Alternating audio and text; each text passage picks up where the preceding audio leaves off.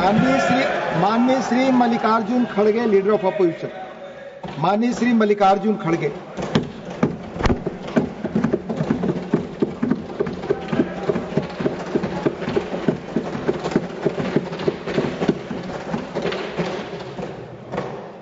बहुत दीर्घ समय तक 1 घंटा 5 minute please no comment, please no comment, please. भाषण मैंने सुना।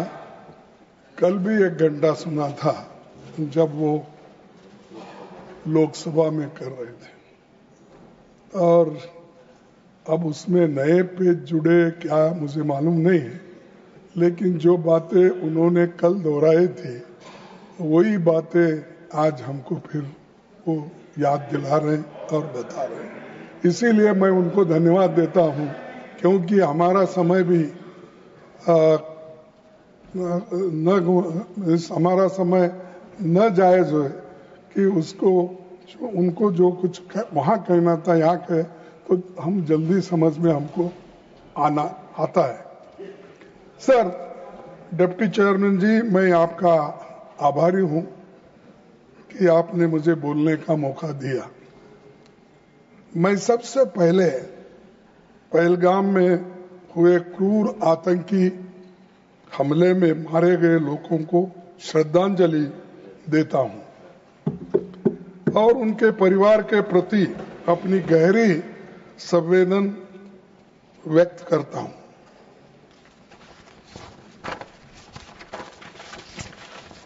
मैं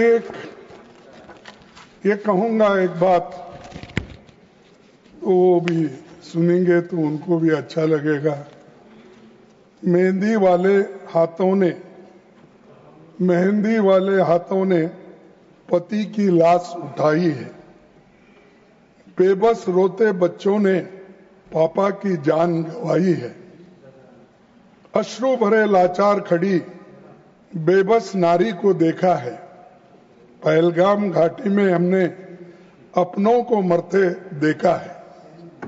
तो ये घटना, ये जो घटी, ये सब लोग देखे हैं, लेकिन मुझे ये समझ में नहीं आ रहा, इतने सब होने के बाद बहुत सी चीजें उन्होंने यानी जो संबंधित नहीं है उन विषयों को उठाकर फिर राज्यसभा के अंदर से देश के बाहर के लोगों को उचकाने की कोशिश कर रहे हैं।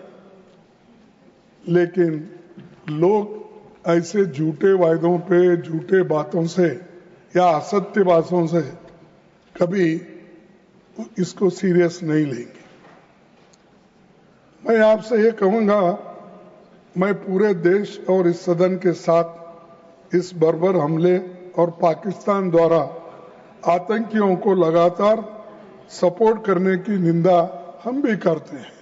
हमने तो पाकिस्तान की निंदा पहले ही किए थे, करते भी रहे, आज भी करेंगे, कल भी अगर ऐसा ही चला तो करते रहेंगे। लेकिन हम इधर निंदा करते हैं, आप जाकर उसके दावत में पेश होकर उसके गले लगा लेते। तो बिना बुलाए आपको जाने की आदत है। नहीं, आपको नहीं बोल रहा, आप नहीं गए थे, आपके दोस्त बोलूं क्या, गुरु बोलूं क्या बोलूं, विश्व गुरु वो गए थे। अरे आप खुद ही गलती करते हो, आप खुद ही ऐसी चीजें करते हो और दूसरों को पाठ पढ़ाते हो। ऐसा नहीं होना। आप अगर सीरियस हो तो किसी को, दूसरों को टीका करना, तुमने क्या किया, वो क्या किया, ये बताने की जरूरत नहीं।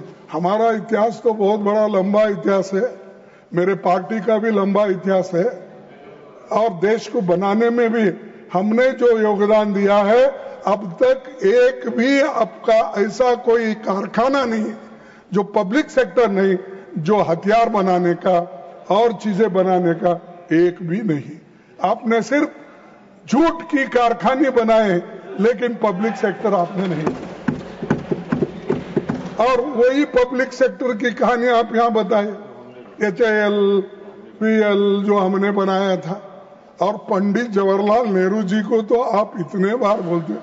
तो मेरे को बहुत से कांग्रेस के लोग भी हैं और दूसरे लोग भी हैं, न्यूट्रल भी है, गवर्नमेंट सर्वेंट्स भी हैं, यानी वो लोग नेहरू जी को गालियां देते वक्त अब ये लोग जब कहते हैं कुछ तो तालियां बजाते। अरे एक जमाने में आप जब बच्चे थे, स्टूडेंट थे, तो 14 नवंबर को ये लोग ये कहते थे चाचा नेहरू आए, चाचा नेहरू आए, यही लोग बोलते थे। अब यही लोग टीका कर रहे हैं और यही टीका कर रहे हैं, अरे मुझे सब मानो आप कहां थे। तो ये लोग सर, तो ऐसा किसी का अपमान करने से आप कोई साधते नहीं, कोई आप अचीव नहीं करते। सच बताइए, सच सुनिए, तभी आपको कुछ इसमें से निकलेगा। सर, गृह मंत्री अमित शाह साहब तो गए, नड्डा साहब को छोड़ के गए।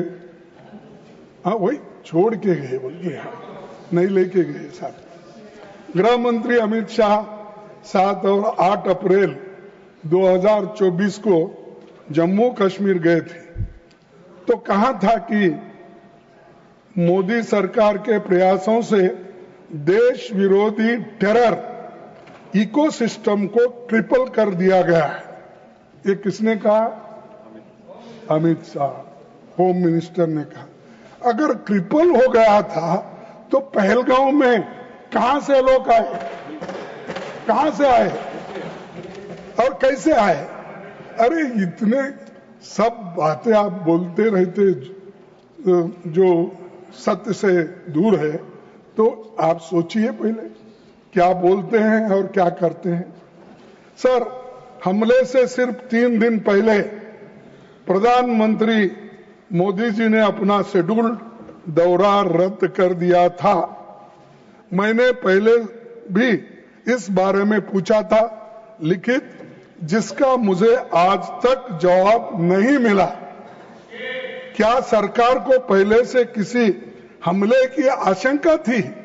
क्योंकि आपने अपना वहां जाने का प्रोग्राम रद्द किया, लेकिन आपको ये कैसा मालूम है वहां पर जो टूरिस्ट जा रहे हैं और लोग दर्शन के लिए जा रहे हैं, तो वो लोगों को जाने देते हैं, और होम मिनिस्टर यहां पर कान में बोलते हैं वहां जाना ठीक नहीं है, जम्मू कश्मीर में हालात ठीक नहीं है। तो ये मैं क्या कहूं? तो अपनी जान बचाने के लिए दूसरों के जान अगर चले भी गई, चल सकता है। क्या ये देशभक्ति है आपकी? Sir, no, I am not in. माननीय लीडर ऑफ हाउस, माननीय leader of house, yes sir, जिसका मुझे आज तक जवाब नहीं मिला। सर आपके उत्तर में बोलो, आपके उत्तर में बोलो। अरे नहीं सर, नहीं एंड नहीं, आई एम नॉट ऑनरेबल। मेरे साथ हमेशा लीडर ऑफ द ऑपोजिशन, पहले भी ऐसा शोका हुआ, अभी भी वेरी सीरियस चार्ज नहीं, ऑनरेबल प्राइम मिनिस्टर नहीं authenticate, that has to be authenticated, sir, otherwise this should be expunged. अरे मेरे पास जो मालूमात है मैं रख रहा हूँ, आप उसको डिनाई कर दिए। मुझे sir, only factual things will go on the record. Only factual things will go on the record. Please take your seat. Please take your seat. काम नहीं चलेगा। Yes, please. ये लोगों को बात नहीं मौका देते। Yes, sir. Please. तेरे हम माइक दे रहे हैं। It will be examined. Please. सच्चाई सामने आके लाए। मानिए। ये हमला 22 अप्रैल Please. 2025 को हुआ। Let him speak. पहले दिन से ही विपक्ष ने संसद का स्पेशल सेशन बुलाने की मांग की थी। आपने नकारा, और आपने नकार कर ये कहा समय आने पर उसका उत्तर देंगे, और फिर बाद में आप लोग इस तरह से आज पेश हो रहे हैं कि जो कुछ हमने किया, देरी से भी किया तो बहुत अच्छा किया, ये बोल रहे हैं। तो ये सर, मैंने और लोकसभा में नेता प्रतिपक्ष राहुल गांधी जी ने प्रधानमंत्री को पत्र लिखकर विशेष सत्र बुलाने का मांग किया, लेकिन हमने इस पत्र का कोई जवाब आया ना, कोई हमको मालूमात हुआ, कोई टेलीफोन भी नहीं किया कि ये नहीं हो सकता, आगे देखेंगे, कुछ नहीं। तो वो सिर्फ हमारे जो भी लेटर्स जाते हैं, हमारे जो पत्र जाते हैं, वो वेस्ट बॉक्स में फेंक देते हैं, देखते भी नहीं। इतना अहंकार, इतना गर्व अगर होता है तो एक ना एक दिन आपका गर्व तोड़ने वाले लोग आएंगे। ये अच्छा नहीं है। आपको लिखने के एक सेंटेंस, दो सेंटेंस लिखने की फुर्सत नहीं है, लोगों के गले पड़ने की फुर्सत है। और डिप्टी चेयरमैन जी, 1962 में भारत चीन युद्ध चल रहा था, जब नेहरू जी ने चंद विपक्षी सांसदों की मांग पर विशेष सत्र बुलाया था, तब ये मांग उठी थी कि सीक्रेट सेशन बुलाना चाहिए, लेकिन नेहरू जी ने कहा कि जनता से कुछ छिपाया नहीं जाना चाहिए। और ये है हमारा लोकतंत्र। तुम्हारा लोकतंत्र क्या? बुलाओ, नहीं बुलाएंगे। और कम से कम मीटिंग में रखो, जो सत्यता है वो भी नहीं आएंगे नहीं। और आपने तो हमारी बात रखी कि हम लोग आए थे, राहुल जी आए थे, ठीक है, आपको धन्यवाद, कम से कम आप याद अब कर रहे हैं। लेकिन हम आए, आपके मोदी साहब कहां थे? क्यों नहीं थे? और हम वो मीटिंग में आते हैं, तुम चुनाव प्रचार में बिहार में फिरते हो, ये तुम्हारी देशभक्ति है। और ये बातें उनको कहना चाहिए। आज इस सदन में हो या उस सदन में बैठना चाहिए था, सुनना चाहिए था। और सुनने की क्षमता जब नहीं है तो आप उस कुर्सी पे बैठने के लायक नहीं हो। धैर्य होना चाहिए। आपने धैर्य की बात की, वो धैर्य आपका दे दो उनको थोड़ा, कम से कम। सर, कुछ 24 अप्रैल को सरकार ने ऑल पार्टी मीटिंग बुलाई थी, उसमें विपक्ष के सभी लोग शामिल थे, लेकिन मोदी जी नहीं आए। वो सऊदी अरेबिया से चुनावी रैली करने के लिए सीधा बिहार चले गए। क्या प्रधानमंत्री की राष्ट्रीय सुरक्षा के प्रति यही गंभीरता है? मैं पूछता हूं। और आपने कुछ पढ़ा किस काम के लिए? और मैं सुना, मैं अब उनका नाम नहीं लेना चाहता हूं, सदन के बाहर गए हैं, उन्होंने बोला एक काम के लिए गए थे, इतना उनको पैसा देना था, मदद करना था। अरे भाई, वो तो कल भी कर सकते थे। हमारी मीटिंग क्यों फिक्स की है? उनके बगैर तो आप नहीं करते। जब आपने देश की रक्षा महत्व है, क्या आपकी वहां जाकर पार्टी का प्रचार करना महत्व है? ये मुझे बोलिए। सर, मैं इंटेलिजेंस फेल्योर की बात, डिप्टी चेयरमैन जी, अब जरा अकाउंटेबिलिटी की बात करेंगे। 2016 में उरी और पठानकोट आतंकी हमला, 2019 में पुलवामा, और अब 2025 में पहलगाम आतंकी हमला हुआ। इन सभी घटनाओं से साफ है कि बार बार देश की सुरक्षा और इंटेलिजेंस में चूक हो रही है, फेल्यूर है, यह आपको मानना पड़ेगा। और मैं गृह मंत्री जी से पूछना चाहता हूं कि इसके लिए कौन जिम्मेदार है? क्या वो जिम्मेदार है? वही है ना? हाँ वही जिम्मेदार है। सभी लोग कर रहे हैं, मैं तो पहले ही कहा था। तो जिम्मेदार हो, उनको जिम्मेदारी फिक्स करो उनके ऊपर। ये तो डिफेंस मैटर नहीं है, नड्डा साहब, ये हेल्थ नहीं है, ये उनका जो जाने का था, ये फेल्यूअर होकर अब बढ़ चढ़ के ज्यादा मैं देखा वहां भाषण भी सर, तो ज्यादा वो स्पीकर को नहीं देखते थे, मैं जैसा आपको देख रहा हूं तो देखते नहीं थे, सब इधर करके देख, इधर भाषण, अरे इधर बताना रहता है। यहां आप सभापति हो और आपको कहने का, आपके तरफ से, आपके माध्यम से सब कुछ कहने का है, लेकिन नहीं, चंद लोगों का शौक है कि ऐसा जो पब्लिक मीटिंग में जो करते हैं वैसा पार्लियामेंट में वही करते। तो ये मैं आपसे कहूंगा कि इतनी सब घटनाएं हुई और अब तक बीजेपी सरकार जब से पहले और आज आई है, 5 दफा पहलगांव में ही अटैक होते रहा। इसका सबक भी नहीं लिया। सबक सीखना तो चाहिए, गलती हो गई, ठीक है, गलती को सुधारने के लिए आपने क्या किया, आप वो बातें तो नहीं करें। सर, मैं गृह मंत्री जी से पूछना चाहता हूं कि इसके लिए कौन जिम्मेदार है।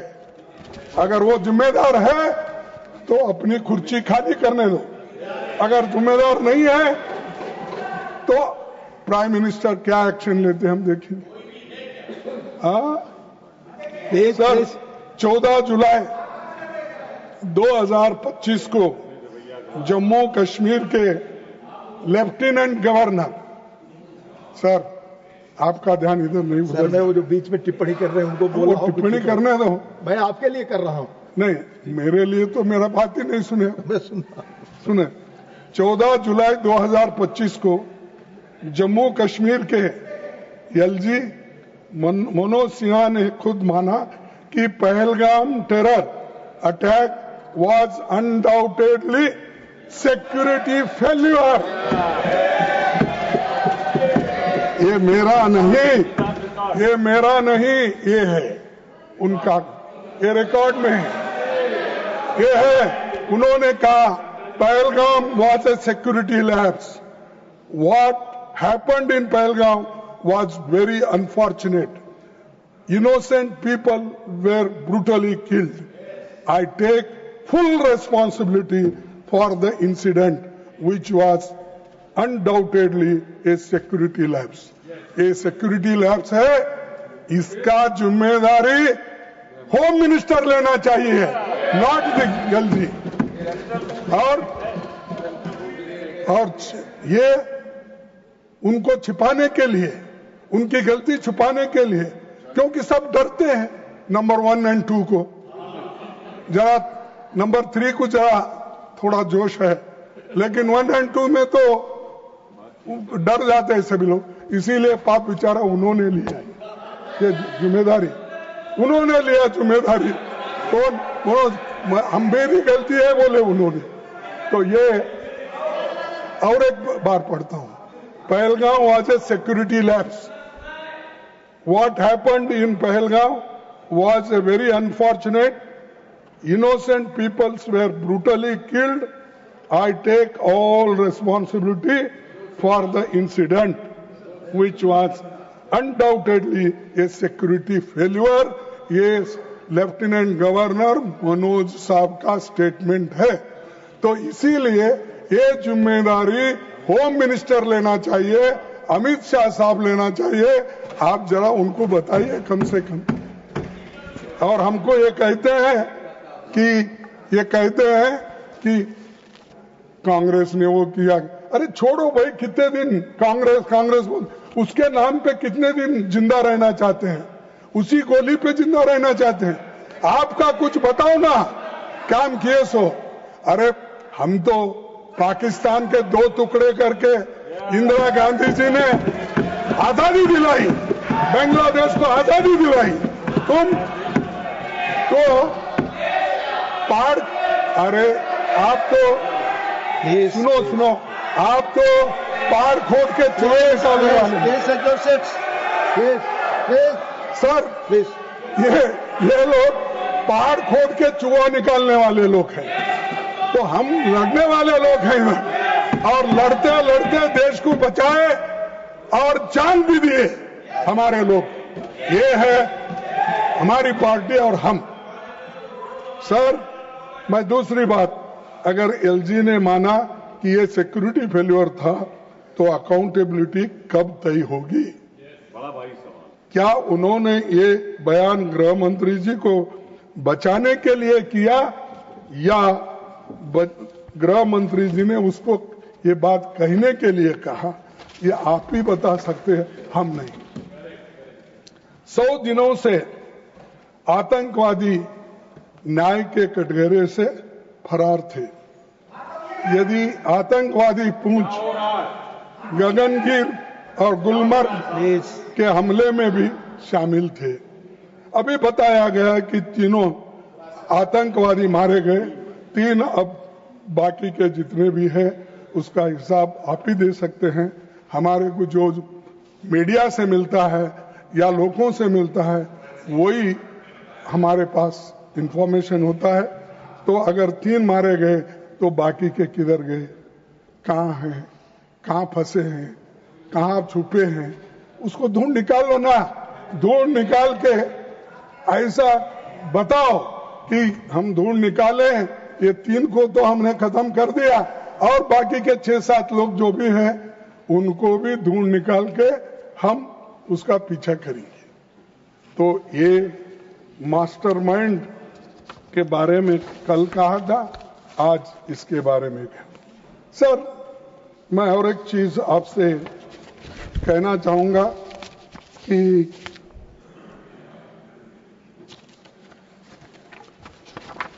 डिप्टी चेयरमैन जी, अब मैं ऑपरेशन सिंदूर पर आता हूं। कांग्रेस पार्टी हमारे सशस्त्र बलों, आर्म्ड फोर्सेस पर गर्व करती है और उनके शौर्य और बहादुरी को सलाम करती है। यहां मैं ये भी कहना चाहूंगा कि पूरा देश एकजुट खड़ा रहा। हमारी कांग्रेस पार्टी ने, नेताओं ने, देश भर पूरे अपोजिशन ने सब मिलकर, इंडिया गठबंधन से लेकर जितने भी इंडिपेंडेंट, सभी ने सेना के समर्थन में, सेना के सम्मान में जय हिंद का यात्रा हमने निकाला, क्योंकि आर्मी को सपोर्ट करने के लिए, उसको हिम्मत देने के लिए। मैं और एक बात कहूंगा, हमने 7 मई की CWC की बैठक में प्रस्ताव पारित किया था। ये राजनीति करने का समय नहीं है। हमने कहा ये राजनीति करने का समय नहीं है, बल्कि देश की एकजुटता, दृढ़ता और राष्ट्रीय संकल्प दिखाने का समय है। भारत एकजुट है और किसी भी परिस्थिति में उसकी एकता को कमजोर नहीं किया जा सकता।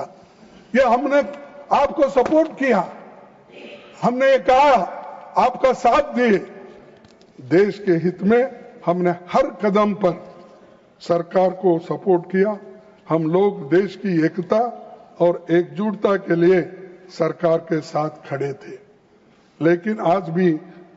लेकिन मोदी जी विपक्ष पार्टियों के खिलाफ चुनावी भाषण करते फिरते हैं, जब हम लोग एकजुट होकर उनको सपोर्ट करते हैं। सिर्फ 4 दिनों में पाकिस्तान की फायरिंग से जम्मू के पुंछ और राजौरी में 27 भारतीय नागरिक, जिनमें 5 बच्चे भी शामिल थे, मारे गए और 70 घायल हो गए उस वक्त। और इन लोगों को सुरक्षित स्थान पर पहुंचाया जा सकता था, लेकिन सरकार ने देर की और उन्हें बचाने के लिए ठोस प्रयास नहीं किया गया। तो 10 मई को युद्ध विराम की घोषणा की गई। उसके बाद क्या हुआ मैं बताना चाहता हूं। उसके बाद में बीजेपी के एक राज्यसभा सांसद ने कहा, पहलगाम हमले में जो शहीद हुई उनकी पत्नियों में वीरांगना जैसा भाव नहीं था। उनकी पत्नियों में वीरांगना जैसा भाव नहीं था। इसीलिए वो हाथ जोड़ रही थी, गिड़गिड़ा रही थी। ये है आपकी महिला के प्रति आपकी सोच और संवेदनशीलता। अरे एक महिला अगर रो रही है, गिड़गिड़ा रही है अपने पति के जो उसमें मरने के बाद, उनको ये कहते हैं। अरे एक लीडर, एक बीजेपी का नेता, ऐसे लोगों को कान पकड़ के बाहर निकालो। क्यों रखते हो? उससे बुरा नाम आपको भी आता है, देश को आता है, और लोग भी यही कहते हैं कि देखिए पार्लियामेंट में ऐसा होता है, कहते हैं तो फिर ऐसे लोगों के ऊपर कोई एक्शन नहीं लेता है। पार्लियामेंट के बाहर ऐसा होने के बाद भी नहीं लेते हैं, और हमको कहते हैं पार्लियामेंट में ऐसा चीज क्यों नहीं उठाते, आप देश को क्यों नहीं बताते। तो इसलिए मैं आपको यही कहूंगा कि महिला के ऊपर इस तरीके से रिमार्क करना, बोलना बहुत गलत है। इसके लिए उनको आप पार्टी के ओर से सजा देना चाहिए। सर, मध्य प्रदेश के एक मंत्री ने भारतीय सेना की स्पोर्ट्स वुमेन का अपमान करते हुए कहा, जिन्होंने हमारी बेटियों के सिंदूर उजाड़े थे। बोलो साहब, क्योंकि आप बहुत बात कर रहे, पैसे की बात कर रहे शायद बजट तो, लेकिन मेरा भी एक थोड़ा सुने तो अच्छा होगा। नहीं, दो कान तो नहीं हो सकते, एक ही तरफ से हो सकते। तो दो ही, एक तो मेरे लिए, एक उनके लिए। सर, जिन्होंने हमारी बेटियों के सिंदूर उजाड़े थे, उन कटपिटे लोगों को हमने उसी की बहन भेजकर ही उनकी ऐसी की तैसी की। ये मंत्री है, कंत्री है, मुझे मालूम है, उसका तो यहाँ पर उसको तो कंडम करना चाहिए। ऐसे आदमी, ये पहला भी मैंने उदाहरण बताया, दूसरा उदाहरण भी ये है। तो ये चीजें आपके पीछे होते हैं। तो जब तक आप अपने लोगों को काबू में नहीं रखते, कंट्रोल नहीं करते, वैसा रिएक्शन दूसरे की तरफ भी आता है। और दूसरे के तरफ से अगर ऐसा रिएक्शन कोई आया तो आप क्या कहते हैं? देशद्रोही, देशभक्ति नहीं इनमें। सिर्फ देशभक्ति का गुत्ता तुमने ही लिया, पूरा कॉन्ट्रैक्ट लिया तुमने, बाकी के पास किसी के पास खून नहीं। खैर, मेरे खून बहता है, लेकिन अंदर सिंदूर डाले तो खराब हो जाता, नहीं मुश्किल होता ना। तो सिंदूर तो सौभाग्य बचाने माँ इसे करते हैं।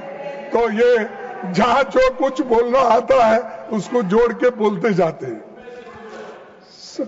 सर, उन कटे पिटे लोगों को हमने उनकी बहन भेजकर ही उनकी ऐसी तैसी की।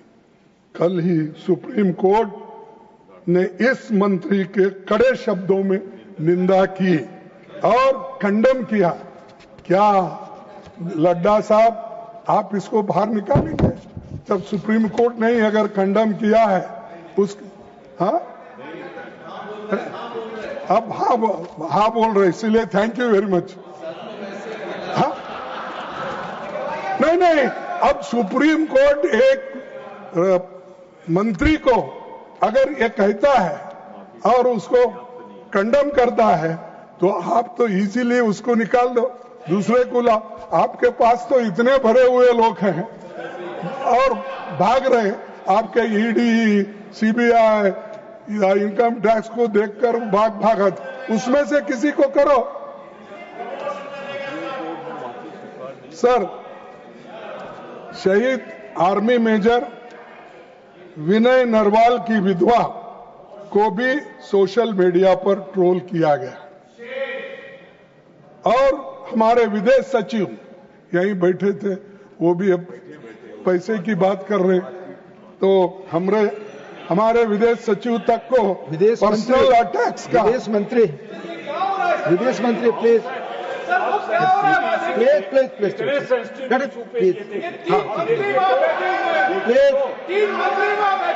प्लीज प्लीज सुनने की क्षमता नहीं है। प्लीज मानिए सर, प्लीज। हमारे विदेश सचिव तक को पर्सनल अटैक्स का निशाना बनाया गया। मैं पूछता हूं, इन शर्मनाक बयानों पर बीजेपी सरकार ने क्या कार्रवाई की और क्या एक्शन आपने लिया, ये यहां पर आपने नहीं बताया। देशभक्ति पर बड़ी बड़ी बातें करने में मोदी जी का कोई जोड़ नहीं है, कोई मुकाबला नहीं कर सकता। तो इतना बड़े बड़े बातें वो करते हैं। मंत्री बैठ के क्या कर रहे हैं सर? प्लीज आप बैठ जाए, आप बैठ के शांति हो जाएगी। जयराम जी आप बैठे, अरे आप बताइए, आप बैठे और शांति हमको सुनना है। प्लीज बात कर रहे हैं। प्लीज सर, आप सदन डिस्टर्ब कर रहे हैं। Please finance minister wants to tell something. Sir आप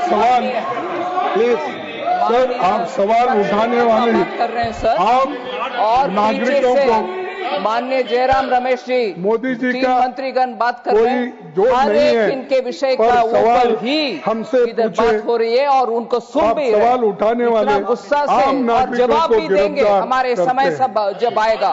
पीछे से लेकिन इतना गुस्से का जब आवश्यकता इनके नहीं है। अपनी पार्टी के लोग शहीदों का, सेना का अपमान करते हैं, लेकिन जब इनके अपनी पार्टी के लोग शहीदों का, सेना का अपमान करते हैं तो मोदी जी चुप क्यों बैठे हैं, चुप्पी क्यों साधे हैं? इसके ऊपर एक्शन लेना चाहिए। तो सर, मैं आपसे ये निवेदन करना चाहता हूं और साफ कहना चाहता हूं कि पहलगांव में हमले और ऑपरेशन सिंदूर को बीजेपी द्वारा पॉलिटिसाइज करने की कोशिश की गई और वही कर रहे हैं अभी भी। हर स्टेटमेंट में, हर बयान में, हर वक्त यही बात करते हैं पॉलिटिक्स की। अब मैं समझता हूं इससे उनका काम बनने वाला नहीं है। देश के लिए हमको लड़ना पड़ता है, सब मिलकर काम करना पड़ता है, लेकिन आज हम देखते हैं कि किसी को दोष देके वो खुद अपने आप को बचाने ला चाहते हैं। सर डिप्टी चेयरमैन जी, अब मैं सीज फायर पर आता हूं। पहलगाम हमले के जवाब में भारत ने ऑपरेशन सिंदूर चलाया। हमारी सेना ने जोरदार अटैक किया। हम फ्रंट फुट पर थे, पाकिस्तान ने घुटने टेक दिए थे, हमारे सामने गिड़गिड़ा रहा था, ऐसा आपका कहना है। अब अरे मैं था क्या, उनके पास है सब फाइल, वो सब करते हैं, तो आपको क्यों चिंता है भाई? तो आपका कहना है, हम जब सरकार के ओर से कोई बयान आता है तो उसमें सही चीजें होंगे यही समझते हैं, लेकिन फिर अचानक युद्ध विराम की घोषणा हुई। सवाल यह है कि घोषणा किसने की और कहां से हुई और किस जगह से हुई, यह हमको मालूम करना था। सर, इस सीज फायर की घोषणा हमारे प्रधानमंत्री ने नहीं की, विदेश मंत्री ने नहीं की, रक्षा मंत्री ने भी नहीं की, बल्कि वाशिंगटन से अमेरिका के राष्ट्रपति ट्रंप ने की। उन्होंने दावा किया और उन्होंने दावा किया कि I stopped, sir inverted comma में, I stopped a war between India and Pakistan.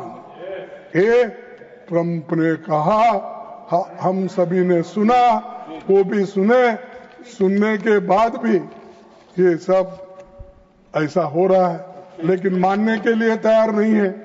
Sir, राष्ट्रपति ट्रंप एक बार नहीं, 2 बार नहीं, 10 बार नहीं, 20 बार नहीं, 29 बार ये बात दोहरा चुके हैं। अब मेरे भाषण खत्म होने तक 30 हो जाएगा। सर, राष्ट्रपति ट्रंप ने बार बार ये भी कहा कि उन्होंने ट्रेड का इस्तेमाल कर युद्ध रुकवाया। ये जो ट्रेड का उन्होंने धमकी दी और धमकी देकर उन्होंने युद्ध रुकवाया। और अब ये ट्रेड की बात किसके फायदे के लिए की? कौन है वो महाशय? देश बेचकर पैसा कमाना चाहता है? कौन व्यक्ति है वो? और उसके सपोर्ट में कौन लोग ठहरे हैं? क्या प्रधानमंत्री ठहरे? नहीं, ऐसा तो नहीं। वो बड़े देशभक्त थे। और कौन ठहरे? शाह साहब ठहरे? नहीं, वो तो कभी ठहरेंगे नहीं, ऐसी गलत बातें नहीं करेंगे। फिर किसने किया? अदानी के पीछे कौन है? प्लीज बैठकर कमेंट नहीं। मिस्टर शक्ति सिंह गोयल, राष्ट्रपति, it's completely wrong. It will not go on the record and you are not allowed to speak like this. Please, I warn you mister Shakti Singh Goyal. No, आप अलाउ नहीं कर रहे हैं, आप अलाउ नहीं कर रहे हैं कि बोले। प्लीज, दिस ने will not go on the record. Please, माननीय प्रधानमंत्री के कोई टिप्पणी नहीं। प्लीज, बार ये भी कहा कि उन्होंने ट्रेड का इस्तेमाल कर युद्ध रुकवाया। अब ये ट्रेड की बात किसके फायदे के लिए हुई? कहीं आपके मित्रों के फायदे के लिए तो नहीं? मोदी जी गालियों तक का हिसाब रखते हैं। मोदी जी गालियों तक का हिसाब रखते हैं। कौन कितने गालियां दिया, किसने दिया, इसका हिसाब रखते हैं। लेकिन भारत के सम्मान के खिलाफ राष्ट्रपति ट्रंप की बात मोदी जी क्यों चुप बैठे हैं? क्यों चुप्पी साधे हैं? सर, फिर एक प्रेस कॉन्फ्रेंस में राष्ट्रपति ट्रंप ने कहा कि 5 जेट्स गिराए गए। कौन से हैं? अगर हम तो आपका उनका ये नहीं बोल रहे। जब ट्रंप बोल रहा है, आपका दोस्त बोल रहा है, उसके प्रचार के लिए जाते हो, उसके चुनाव के लिए जाते हो। इस बार फिर एक बार ट्रंप। अरे कोई विदेशी देशों में जाकर किसी प्राइम मिनिस्टर का प्रचार कोई देश करता है?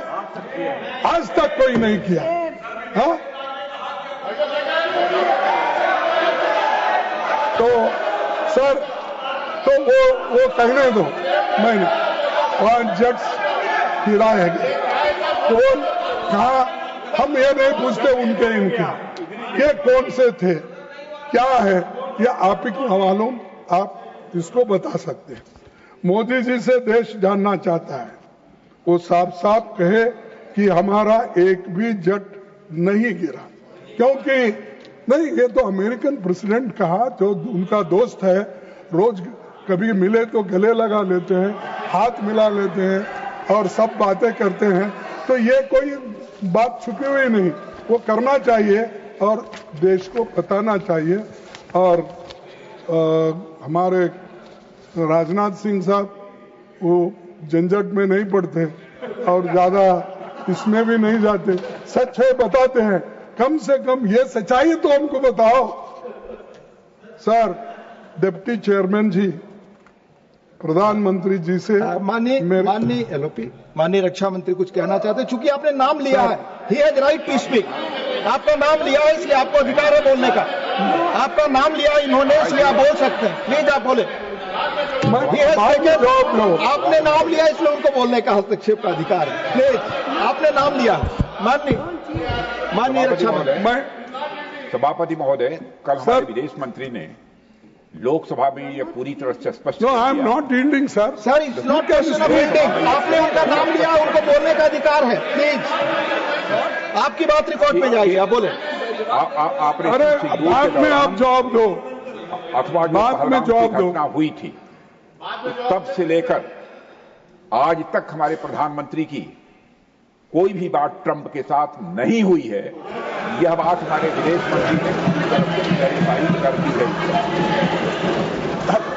हो गया। मैं समझता हूं कि इस क्लैरिफिकेशन के बाद फिर बोलने का कोई औचित्य नहीं है सर। और मैं फिर से इस बात को दोहराना चाहता हूं सर, किसी के दबाव में यह ऑपरेशन सिंदूर स्थगित नहीं किया गया है। अध्यक्ष महोदय, ऑपरेशन सिंदूर यदि स्थगित हुआ है अरे तो पाकिस्तान के सर, DGM मैं यील्ड नहीं हुआ। वहाँ की पॉलिटिकल आपने नाम लिया उनका।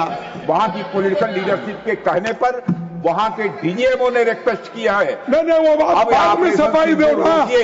अरे इसको समाप्त करिए, साहब तब जाकर यह समाप्त राजनाथ नहीं सिंह हुआ है, जी यह स्थगित हुआ है, अभी यह नड्डा पास साहब है। बचे हैं, होम मिनिस्टर बचे हैं, वो सब डिफेंड करते हैं। आप जरा आप नहीं है, खामोशी से सुनिए प्लीज, खामोशी से सुनिए। मानिए अभी नड्डा बचे हैं जवाब देने के लिए, और होम मिनिस्टर भी फिर आएंगे, अपना बात कहेंगे। छोड़ो उनके लिए कुछ, हम प्राइम मिनिस्टर से भी पूछ रहे हैं, प्राइम मिनिस्टर से पूछ रहे हैं कि उन्होंने क्यों नहीं इसको कंडेम किया। ये झूठ है, मेरे पास उतनी ताकत है और हम हिम्मत से काम करते हैं। कोई थर्ड पार्टी को हम कभी एंटरटेन नहीं करते।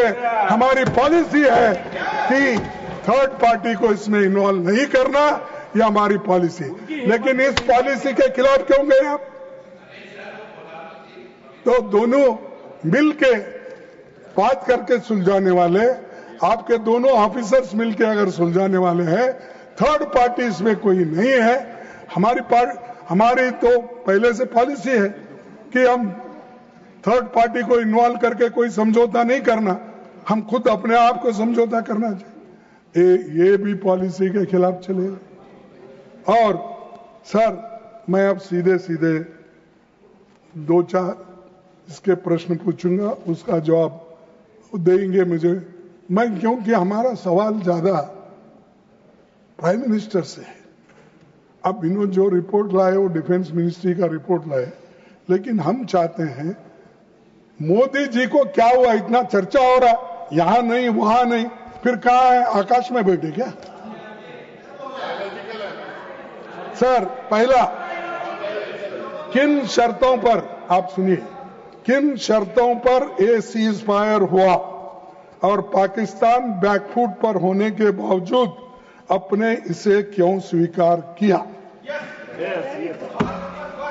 सर, नंबर 2, क्या यूनाइटेड स्टेट्स ने इसमें इंटरफियर किया? अगर हां, तो किसके कहने पर और किन शर्तों पर आपने किया? तीसरा, क्या यूएस प्रेसिडेंट ने यह सीज फायर कराया जैसा वो बार बार दावा कर रहे हैं? और अगर हां, तो क्या ये भारत की नो थर्ड पार्टी मेडिटेशन की पॉलिसी के खिलाफ नहीं है? तो ये भी जवाब होना चाहिए। सर, चौथा, क्या हमें ट्रेड थ्रेट्स या अन्य इकोनॉमिक ब्लैकमेल के कारण ये सीज फायर होना या इसको मानना पड़ेगा? ये सब 4 सवाल मैं आपके सामने रखा हूं। खैर, अंत में इसको प्राइम मिनिस्टर जवाब देंगे। उनसे उनका तो थोड़ा मुंह खुलवाए, क्योंकि बाहर बहुत हिम्मत करे, आए आकर बोले।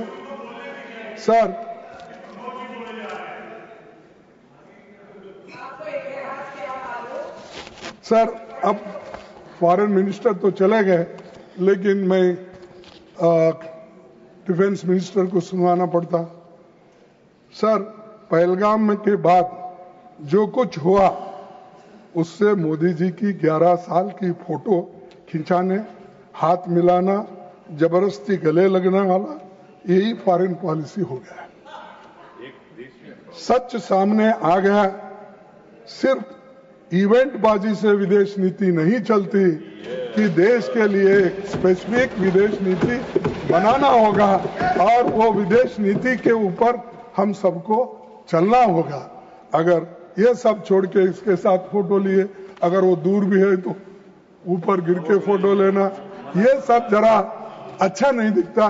और जिसको आप विश्वगुरु मानते हैं, जिसकी तारीफ इतनी हो रही, इंदिरा गांधी के साथ कभी कंपेयर करते हैं, नेहरू जी से करते हैं, अब फिर कल ट्रंप और उनकी तो दोस्ती है। खैर, मैं कुछ नहीं बोल सकता कि उन्होंने यहाँ तक अपनी बातें कर रहे हैं और वो भी खुश है। और जो उसी लिए तो हमारे जो चेयरमैन साहब थे चले गए पाप बेचारे। विषय पर लौटे प्लीज। सर फॉरेन पॉलिसी सच सामने आ गई। इवेंट बाजी बंद करो और विदेश नीति पक्का करो और उसी से तहत चलने की कोशिश करो। सर हाउडी मोदी और नमस्ते ट्रंप जैसे बड़े बड़े इवेंट के बावजूद भारत के स्ट्रैटेजिक इंटरेस्ट सुरक्षित नहीं हो पाए, क्योंकि इतनी दोस्ती गहरी होने के बावजूद भी आपके साथ कोई नहीं खड़ा हुआ। एक भी देश, यहां तक कि अमेरिका ने भी पाकिस्तान की खुलकर स्पष्ट शब्दों में निंदा नहीं की। पाकिस्तान के आतंकवादियों को सपोर्ट पर किसी भी देश ने कुछ नहीं कहा। तो ये दर्शाता है कि आपके बुरे वक्त में आपके साथ कोई आने वाला नहीं है, ये इससे दर्शाता है। सर इतिहास में पहली बार अमेरिकी राष्ट्रपति ने पाकिस्तानी सेना प्रमुख को व्हाइट हाउस में खाने पर बुलाया। यूएस सेंट्रल कमांड चीफ ने पाकिस्तान को काउंटर टेरर ऑपरेशन में फेनोमिनल पार्टनर यानी पक्का साथी, तो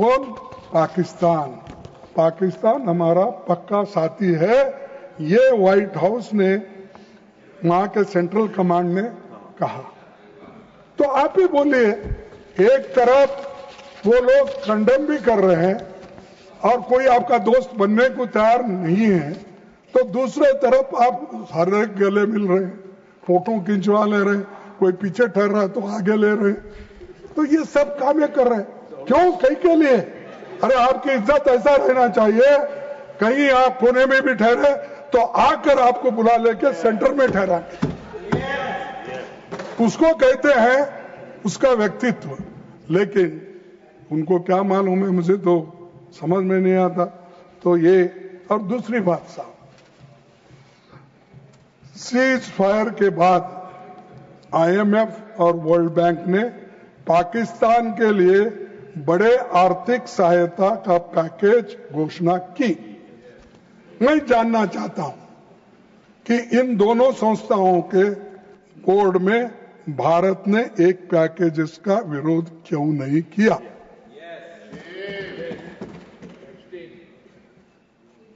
मैं आपसे सवाल कर रहा हूं। मैं जानना चाहता हूं कि इन दोनों संस्थाओं के बोर्ड के भारत ने इन पैकेज का विरोध क्यों नहीं किया? ये जो IMF वर्ल्ड बैंक एक पाकिस्तान को आर्थिक मदद दिलाने में वो लेने में सक्षम हो गए, वही पैसा टेररिस्ट को जाता, आपने कहा। सभापति महोदय, मैंने पहले भी किया है और बाद में भी सर, और इसीलिए लोकसभा में बोलते मैंने किया है सर, और राज्यसभा मैं में आपको और भी मैं और आपको और भी बताना चाहता हूं कि डिप्टी चेयरमैन साहब, प्रधानमंत्री चुप क्यों है और क्यों इसका विरोध नहीं करे? हमको भी कारण बताइए, क्योंकि हम तो आपको कहे हैं, आपके साथ हैं, देश के रक्षा के लिए, एकता के लिए, अखंडता के लिए हम तो सभी साथ खड़े हुए हैं, सारे अपोजिशन के पार्टी के लोग और रूलिंग के लोग भी, सब चंद लोग सभी साथ में हैं। तो मेरा एक जो कहना है, ये कहना है कि इतने लोग तुमको दोस्ती तुमने बनाई, लेकिन एक दोस्त भी तुम्हारा साथ नहीं दिया और उल्टा तुम्हारे विरोध में रहने वाले लोगों को उन्होंने पैसे से मदद करवाया और सारी चीजों की मदद उन्होंने की। जिन्होंने अवार्ड भी दिया वो भी नहीं खड़े। सर, डिप्टी चेयरमैन जी, जब प्रधानमंत्री मोदी चुप रहे तब 3 शीर्ष डिफेंस ऑफिशियल्स ने महत्वपूर्ण खुलासे किए। कौन से खुलासे? पहला खुलासा है 30 मई 2025 को CDS general Anil Chauhan Singapore में बोले कि ऑपरेशन के पहले 2 दिनों में टैक्टिकल मिस्टेक्स हुई। ये मेरा नहीं साहब, ये उन्हीं की बात है। उन्होंने ये कहा, chief of defence staff admits to losing aircraft rectifying plan to hit Pak deep, और उन्होंने खुद इसको माना है। और मैं ये उनसे पूछना चाहता हूं कि जब आपके लोग बाहर बोलते हैं तो हमसे चीफ ऑफ डिफेंस स्टाफ भाई CDS admits to losing aircraft, इसको तो बोलते हैं उन्होंने, लेकिन आप नहीं बोलते। ठीक है, ये आप ही का आदमी है, आपका ऑफिसर है, तो मैं ये पूछना चाहता हूं इसके बारे में आपकी क्या राय। सर, 30 मई 2000 को CDS general Anil Chauhan Singapore में बोले कि ऑपरेशन के पहले 2 दिनों में टैक्टिकल मिस्टेक्स हुई। और दूसरा, 30 जून 2025 को इंडोनेशिया में डिफेंस अटैची ने कहा कि पॉलिटिकल कंस्ट्रेंट्स ने मिलिट्री डिसीजन मेकिंग को हैम्पर किया। तो उन्होंने कहा कि गवर्नमेंट जल्दी डिसीजन नहीं ले रही है, इसके लिए हमारे को ये दिक्कतें आई है, उन्होंने कहा। यानी ये सरकार की गलती है, सरकार समय पर उनको मदद नहीं की, उनकी बात नहीं सुनी, इसीलिए ये हुआ। ये कौन कहते हैं, lost jets as orders were to not strike Pak forces. We did lose some aircraft, and that happened because of the constraint given by the political leadership to not attack the military establishment and their Pakistan air defenses. अरे harden आप एक तरफ देते हो और दूसरे तरफ आप कहते हो कि लड़ाई हमारे लोग लड़ेंगे 100 कितना फीट 100 माइल तो नहीं बोले, 100 किलोमीटर अंदर घुस के हमने ये किया। अब बोल रहे हैं कि आपके डिफेंस ऑफिसर्स कि हमको निर्णय ही नहीं लेने देते, और निर्णय नहीं लेने की वजह से ये सब कुछ हुआ है, ये उन्होंने बताया, हमारा नहीं ये कहना, तो उनका है। सर, दूसरा 4 जुलाई 2025 को उपसेना प्रमुख ने कहा, ऑपरेशन सिंदूर में भारत पाकिस्तान से नहीं बल्कि चीन से ही लड़ रहा था। पाकिस्तान से नहीं, चीन से ही लड़ रहा था। ये बातें उन्होंने कहा। China gave Pakistan live inputs on Indian development.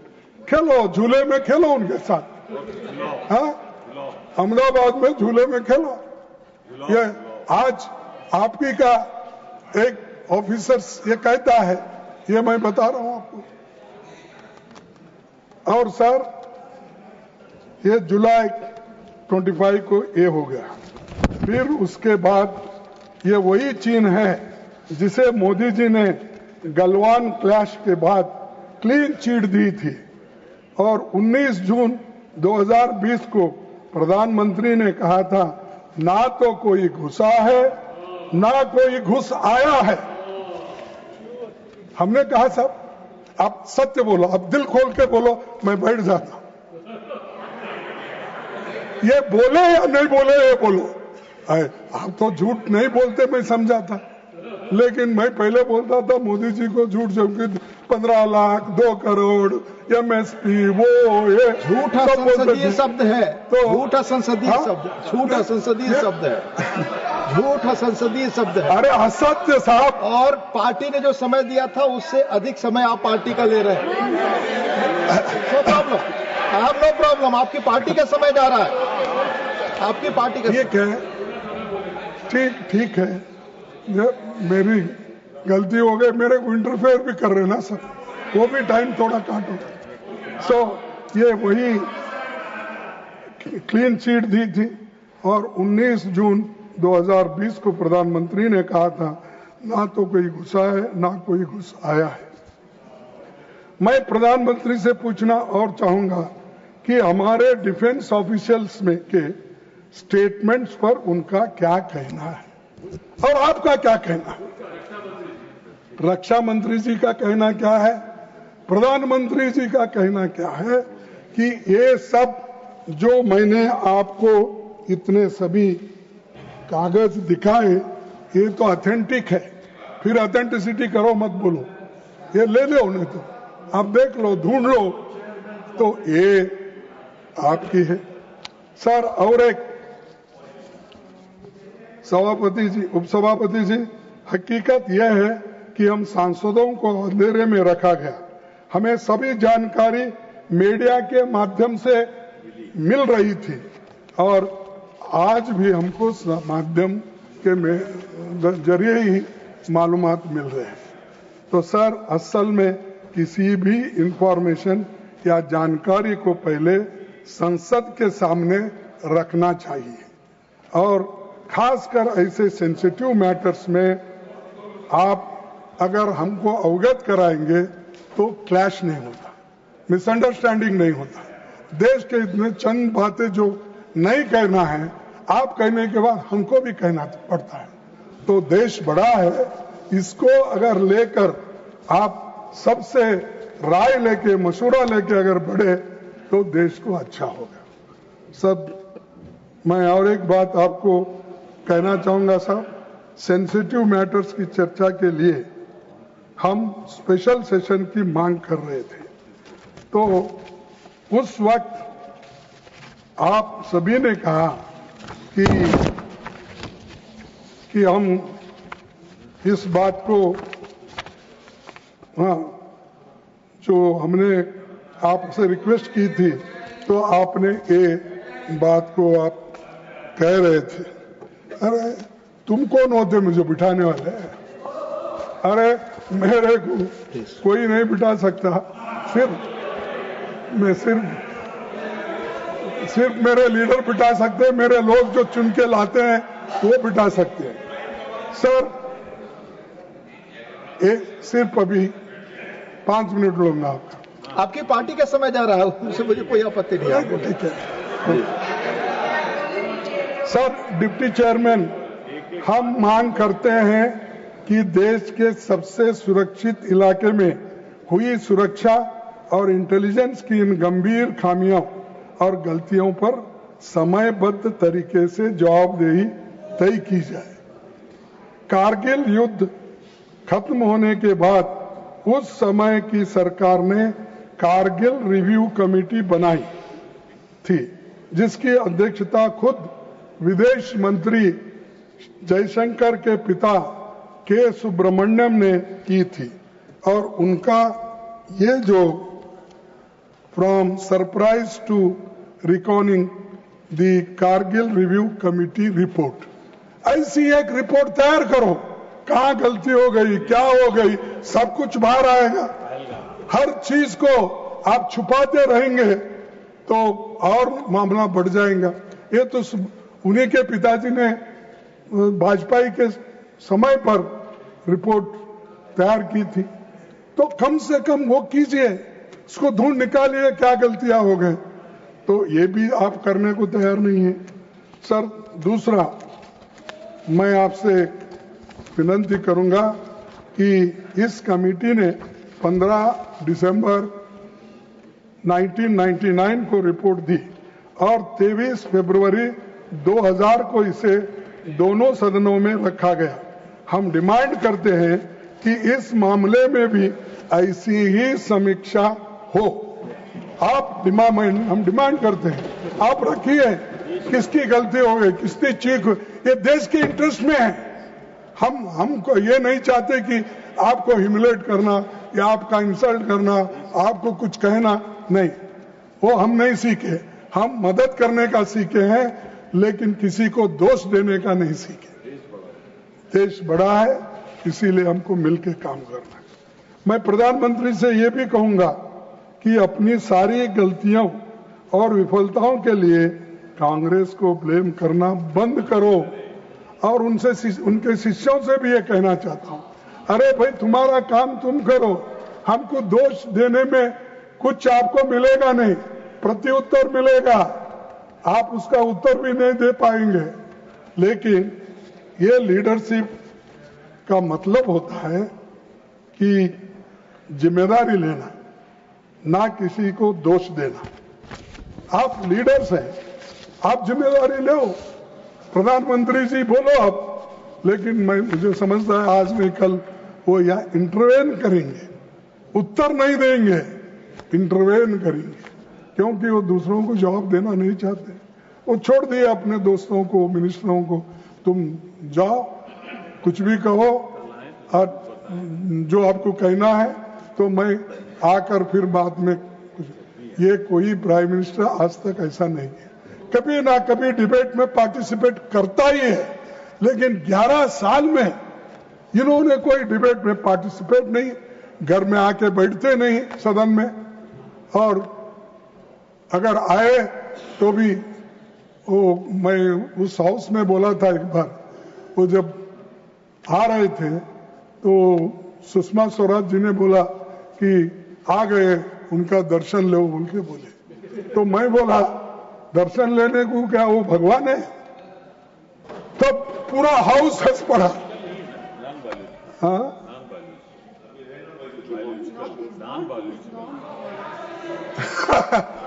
तो ये उन्होंने ये हाउस में ऐसा हुआ, फिर भी वो इनको सबको मालूम है, अपने राजनाथ सिंह साहब को, सबको। तो मेरा कहना यही है कि एक व्यक्ति को बढ़ावा इतना भी मत दो, उसको भगवान मत बनाओ। वो डेमोक्रेटिक सिस्टम में, वो डेमोक्रेटिक सिस्टम से आया हुआ आदमी को डेमोक्रेटिकली उसको जितनी इज्जत मिलनी है दो, लेकिन उसको भगवान बनाकर उसकी पूजा मत करो, उससे देश का नुकसान होता है। और बाबा साहब अम्बेडकर ने भी यही कहा, भक्ति इन रिलीजन इट में सॉल्व टू दिस सोल,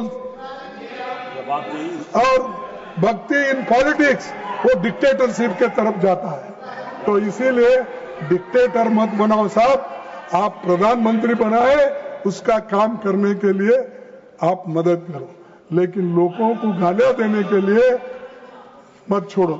जैसा हमारे देहातों में बोलते हैं सब, माफ करना, क्योंकि मैं देहाती भी हूँ, सेमी अर्बन हूँ और सिटी का भी आदमी हूँ, मेट्रोपॉलिटन का। तो कभी लोग क्या करते हैं, उनको कुछ अपने गाय बछड़ों को चराने के लिए जगह नहीं है तो सरकारी गायरान में छोड़ देते हैं। सरकारी गायरान होती ना, आपके पास क्या कहते हैं मालूम, तो चारा खाने के लिए सरकारी गायरान में छोड़ देते हैं, सरकारी जमीन पे। कोई भी चार्ज कोई भी वहां पर छोड़ सकता है। वैसा आप मत करो साहब, ऐसा मत छोड़ो उनको, कहीं भी चरने के लिए मत छोड़ो, पूरा देश खराब हो जाएगा। तो इसीलिए सर मैं आपसे ये विनती करूंगा, सर अप्रैल को मैंने खुद सबसे पहले बेंगलुरु में एक प्रेस कॉन्फ्रेंस की और कहा हम हर कदम पर सरकार के साथ है। ये हमने कहा, पहला आदमी मैं बेंगलुरु से प्रेस कॉन्फ्रेंस करके 1 घंटे में हमने कहा, क्योंकि हमको देश चाहिए, हम और आप मिलकर अगर बनाएंगे देश को बनता है, लेकिन एक दूसरे को कुचलने का काम करेंगे तो देश नहीं बनेगा और आपका भी नाम इतिहास से मिट जाएगा। भाइयों, सरकार जो कदम उठाएगी हमारा सरकार को पूरा समर्थन रहेगा, ये हमने कहा था, लेकिन सरकार को अपने गिरेबान में भी झांक कर देखना चाहिए कि हम आपके साथ जब चट्टान की तरह खड़े थे तो आप क्या कर रहे थे? आप ये कर रहे थे, भारत तैयार है, ये ऐसा फोटो मेरा डालकर आपने ये ये माननीय खड़गे, आप अपनी बात खत्म करें। 16 नहीं, आप देखिए, आप नियमता कोई पोस्टर और आप नहीं दिखा सकते। फॉलो द नियम। और लीडर ऑफ अपोजिशन से उम्मीद की जाती है कि वो please do not show this things. No please, किसी तरह का पेपर पोस्टर दिखाना मना है। Please sir, it will not go on the record. No, देखिए, नो, हम आपको सपोर्ट कर रहे हैं, आपके पीछे हैं, चट्टान के तरह हम ठहरे हैं, लेकिन हमको ऐसी से नहीं देते हैं, नहीं दिखाएगा। तो ये लानत है आप लोगों के ऊपर। ऐसे लोग देश के, हम 55 साल से गवर्नमेंट में काम किए, बाहर किए, और पॉलिटिक्स में मैं हूं, और 60 साल मैं पॉलिटिक्स में काम कर रहा हूं। 55 साल से मैं हुकूमत में, यानी एमएलए, एमपी, कुछ ना कुछ आपके आशीर्वाद से मिला है, लेकिन मेरे को ये सजा देते आप, मैं गद्दार हूं, हमारे लोग गद्दार है, ये शर्म आना चाहिए। अगर ये बात रही तो मैं कहूंगा गद्दार आप लोग हैं, जो ब्रिटिश के साथ गद्दारी, देश के साथ गद्दारी की, ब्रिटिशों को सपोर्ट किया, और गद्दारी से आजादी की लड़ाई में आपने कभी हिस्सा नहीं लिया। ऐसे लोग बैठकर आप मजाक कर रहे हो और हमकी धज्जियां उड़ाने की बात करते हो। तो सर, मैं ये कहूंगा कि आप विपक्षी नेताओं को बदनाम करने, ये आपकी असलियत, ये आपका असली चेहरा, चाल और चरित्र, ये सरकार का चैनल दूरदर्शन का 8 मई का प्रोग्राम है। तो इसीलिए जब सरकार का प्रोग्राम ही ऐसा होता है, कितना विष आप में भरा है, कितना पॉइजन आपके इसमें भरा दिल। ये दूरदर्शन 8 मई को, अगर आप हाँ में हाँ नहीं मिलाएंगे साहब, आपकी गति मेरे जैसे ही होगी।